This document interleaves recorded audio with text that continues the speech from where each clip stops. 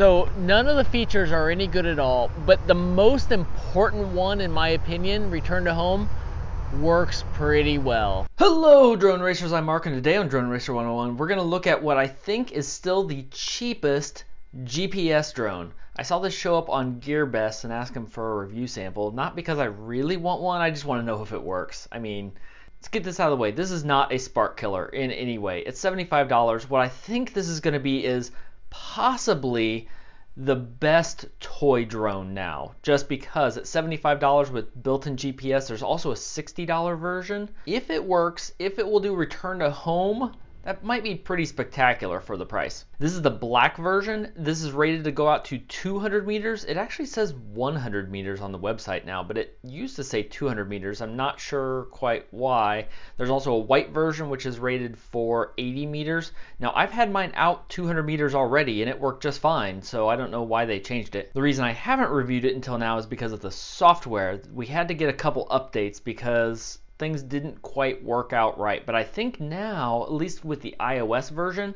everything's working. I think the Android version before was fine. So in the box you get the drone itself. It comes with a battery we'll look at in a moment. One of the things I like is if you look, there is actually an SD card slot on here. So a lot of these cheap drones, it's recording to your phone. So if you lose signal, it's not any good. These are brushed motors because this is a cheap model. I mean, it's a very inexpensive model. So we do have small brush motors. So this is not one you're going to be using for 10 years. It's a 720p camera, so it should be acceptable. We should get decent video out of it, which would be good.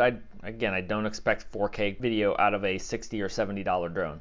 Also in the box you get a spare set of props and 2 screwdrivers and replacement screws to hold the props on. You get 1 battery with this. I think it says on there it's 750 milliamp hours. It's kind of hard to tell, which it just has a balance lead connector on it here that you can use with the included charger. It's just a USB charger and it just plugs in right on the top there. It works pretty well. This is what I've used to charge this so far. And it is nice, it's keyed so you can't put it on backwards. So there you go. It also comes with a manual which gives you all of the basics and most importantly the link to download the app. Now like most of these, the battery just slides in the back. It seems to hold in pretty well. It does click. There's a little tab here on the bottom that's holding it in, but then there is also a power button. So if you press the power button, turn it on, you'll see the red lights turn on and it's not on. If you let go then, you're not on. So you press and hold, the red lights turn on and then the green lights turn on. Now we're ready to go. So you connect to it through Wi-Fi on your phone. I have found sometimes it won't show up if I'm too close to it. Sometimes like you have this issue with all kinds of things. If you get too close to it, sometimes you have a signal problem. I move it a couple feet away, it's fine. I just click to connect and I will connect to the Wi-Fi network.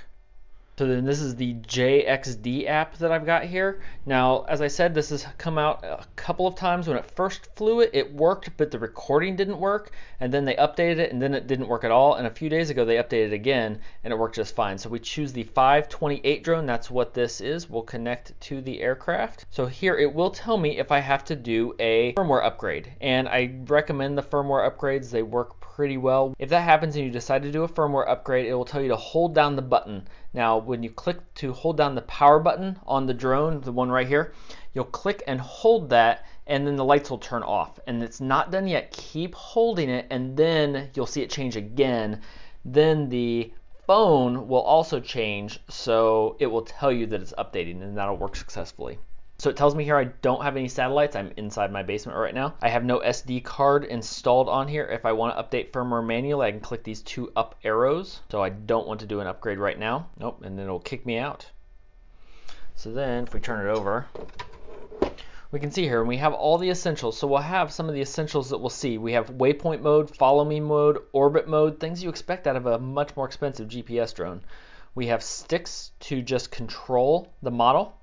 So we'll have them locked in place. So there's no sticks, and then we can turn on the sticks. We have return to home below that, and we have takeoff, which we are not going to do here in the basement. We have video record modes. It records both to the SD card on the drone itself and your phone, which is a really nice combination. I like that it does both. We can do pictures, which won't work right now. That'll just save locally. Here, if I do it when I don't have a card installed, I can turn on recording, and now I'm recording just here with my my new in progress basement here. And then I can also view the pictures that are there. The one thing I noticed at the moment is it doesn't show me my battery power. It did earlier when I tested it. So one other thing, you see this option to extend lens.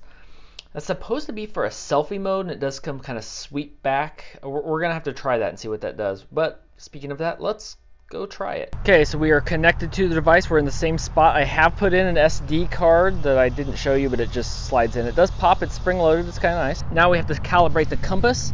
Now it's funny, with cheap drones, I have not had any problem calibrating the compass on my driveway. With expensive drones, I can't do it. The metal interferes. So now we point the camera up. We do the same thing.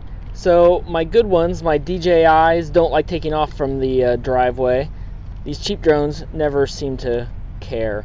Probably because they don't actually worry about validating. So there we go. Now next we hold the sticks in the middle here. Do it in the middle here a couple times. There we go. Now we're ready to take off. So we're still GPS low. I'm going to wait until it gets higher. It does take a few minutes with this, 2 or 3 minutes. The battery, you'll see, is now working. It's because I'd reset it last time that it didn't show properly, but we're still at 99%. There were at 9 satellites. I think 10 is the critical number to get it better. There we go, 10 satellites. I also moved it to the center of my driveway. That way when it does return to home, I think it'll land in this spot, or try to land in this spot, and it'll give it a better chance, because I don't expect this to be too exact. So we will hit confirm takeoff. There we go. Went up to about 8 feet, 3 meters. So we are drifting to the left just a little bit. See if it keeps drifting left. We just did that on takeoff. Now that seems to be pretty solid now. Not quite where I took off. Oh, is it going back to the center spot? No, it's not too bad. So I'm not doing any inputs here now.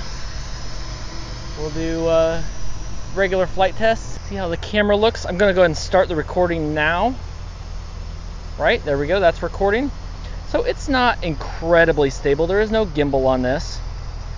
But if you were using this and you were, say, wanting to record your kids playing on the swing set, could you do it? How would it look? I don't know. Let's kind of see. Here we do show flight time there also. So as I let go, it overcorrects quite a bit. It's partially because there's no gimbal. The camera's kind of all over the place. But again, whoa, where are you going? What are you doing? So it caught. What is it doing here? It's trying to stay in place. Let's come over here and take a look. There we go. So the wind caught it and it tried to correct, and it was pretty jumpy all over the place, but it was able to do it. So let's see here. Now we're at 13 satellites. So what if we go up? Altitude shows in the upper left-hand corner. We're up there. We're at 15 meters. Let's go up to make sure we're clearing everything, but we're way below altitude of anything that might be flying, and go down. Typical test. I always say this test at the end of the golf course is 200 meters. I guess this will be a good way to test. So it's pretty slow, even though I turn it up now. It's flying straight into the wind. The wind is facing me right now, which is not going to be good for my microphone either. I would say it's probably going under 10 miles per hour. Yeah, that's under 10, maybe 8. I mean, it's hard to say. It's faster than walking pace.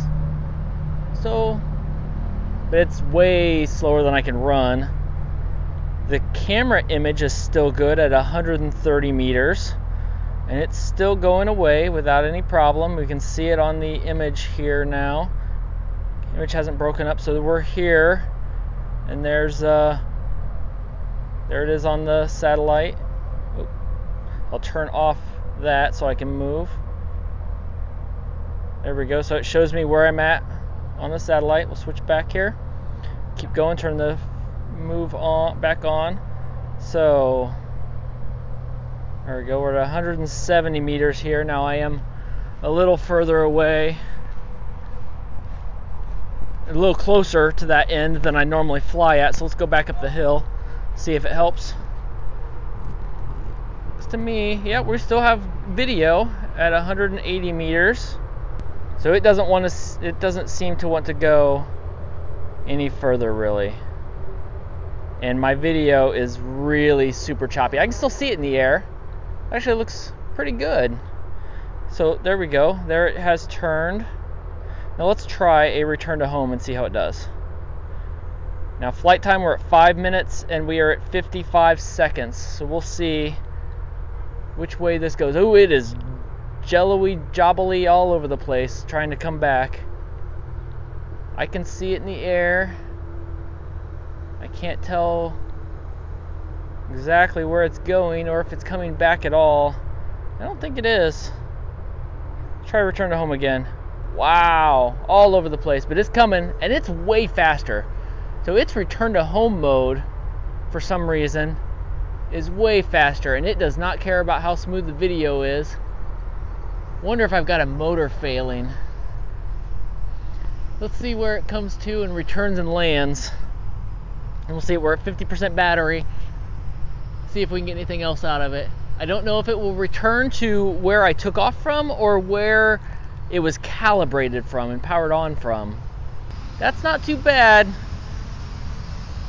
I've had my DJIs land further away from takeoff than that.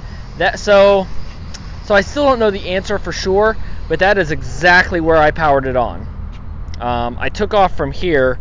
I powered it on there though, so if I say it worked from that point, that's really close, and it did it. There we go. Still think it does pretty good for that. So now what we're going to test is some of the other flight modes. You can't see my screen.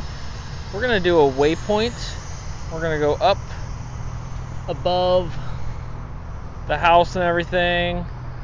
Let's take a look here, make sure. Oh yeah, we're totally clear. So we're going to do a waypoint control. And I'm just going to go down halfway to, let's see, draw. I'm just going to go halfway down and back and start.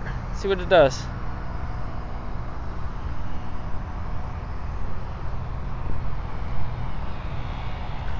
So it seems to be going the complete wrong way. There's a bird interested in it.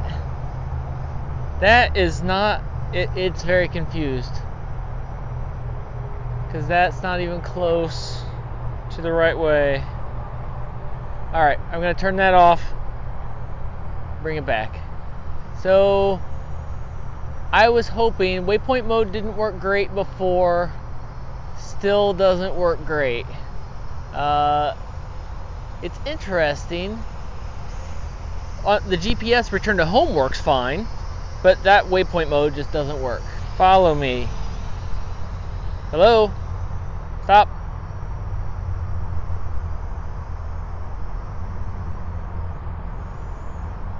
You were not, follow me was, it's just very confused about where I am. There we go, it's gonna stop. So follow me mode. Also, sorry, not so hot. So let's try an orbit. Supposed to orbit at 5 meters, which is about right there. Let's see what happens. We'll do an orbit. Hello. What?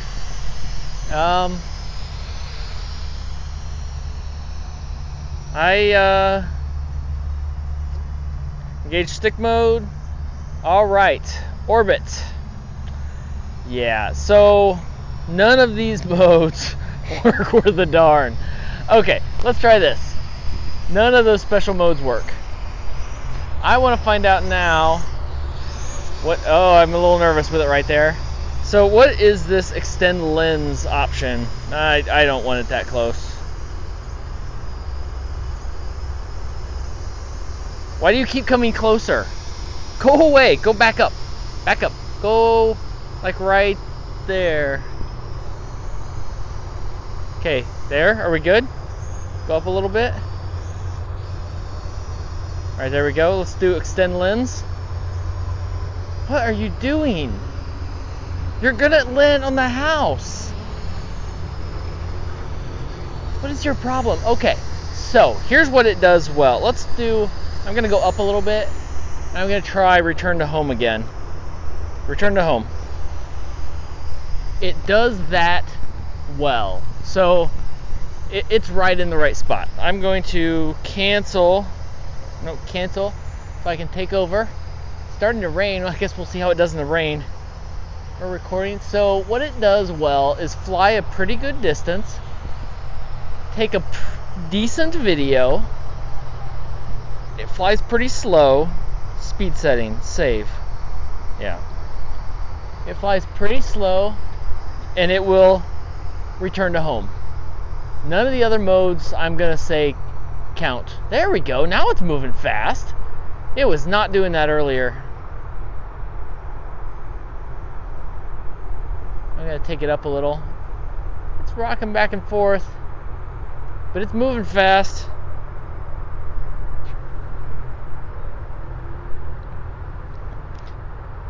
I'm not sure why it's rocking while it's moving. So it gets to, basically it's geofence. It says it just doesn't, it wants to stop at 200 meters, which I think I'm okay with. And it looks okay. There we go. So there's a shot. So now I'm at 35%. I am going to do a return to home now. Hopefully it comes back to me. Because if it takes off some random location, where are you going? Let's try that again. Return to home. Is it coming back this way? I can't quite tell where it's going.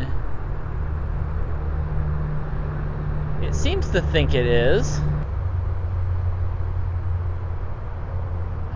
So let's try one more time, return to home.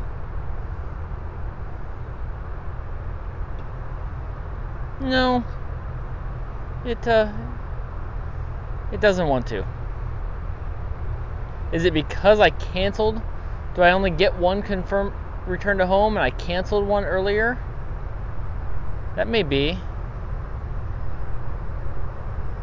Confirm, return to home, cancel. Return to home. There it comes.